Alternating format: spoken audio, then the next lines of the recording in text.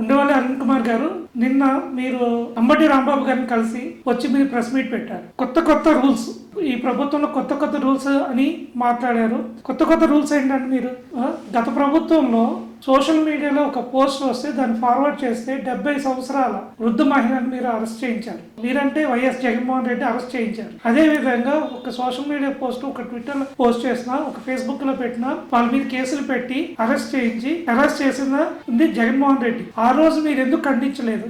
ఇలాంటి చర్యలు మంచిది కాదు, ప్రభుత్వంలో రాష్ట్ర ప్రభుత్వానికి ప్రజలకి ఇలాంటి చర్యలు మనకి నష్టం కలిగిస్తుందని నువ్వు ఆ రోజు ఎందుకు చెప్పలేదు? ఆ రోజు చెప్పుంటే ఇలాంటి దుశ్చర్యలు జరిగేవి కాదు కదా. ఆ రోజు చంద్రబాబు గారిని, చంద్రబాబు తల్లిని ఉద్దేశించి అంబటి రాంబాబు చేసిన వ్యాఖ్యలు ప్రతి తెలుగువాడిని, అదే విధంగా తెలుగు దేశం కార్యకర్తని బాధ కలిగించింది. అందుకనే ఆ చర్యలని ఖండిస్తూ దానికి సారీ చెప్పడానికి మీ దగ్గరికి వచ్చినప్పుడు అదే రోజు టీవీలో చూసాము, అదే విధంగా మీడియాలో వచ్చింది. మీరు ఎంత దూషణకు పాల్పడ్డారో అలాంటి చర్యలను మీరు గమనించి కూడా ఈ రోజు మీరు ప్రెస్ మీట్ పెట్టి ఇలాంటి కొత్త రూల్స్ వచ్చాయని చెప్పడం. అదే టైంలో 2019 నుంచి 2024 వరకు ఎంతమంది మీద ఎస్సీ ఎస్టీ బీసీల మీద దాడులు జరిగినప్పుడు మీరు ఎక్కడే ఉన్నారు? అదే విధంగా సోషల్ మీడియా పోస్టులు పెట్టినప్పుడు అరెస్ట్ చేసి జైల్లో పెట్టి అరెస్ట్ చేసినప్పుడు మీరు ఎక్కడున్నారు? రాజేష్ హాసన్ లాంటి దళిత నాయకుడిని, లీడర్ ని మీరు అతన్ని జగన్మోహన్ రెడ్డి చేసిన అరాచకాన్ని ప్రశ్నిస్తున్నందుకు మీరు ఆ రోజు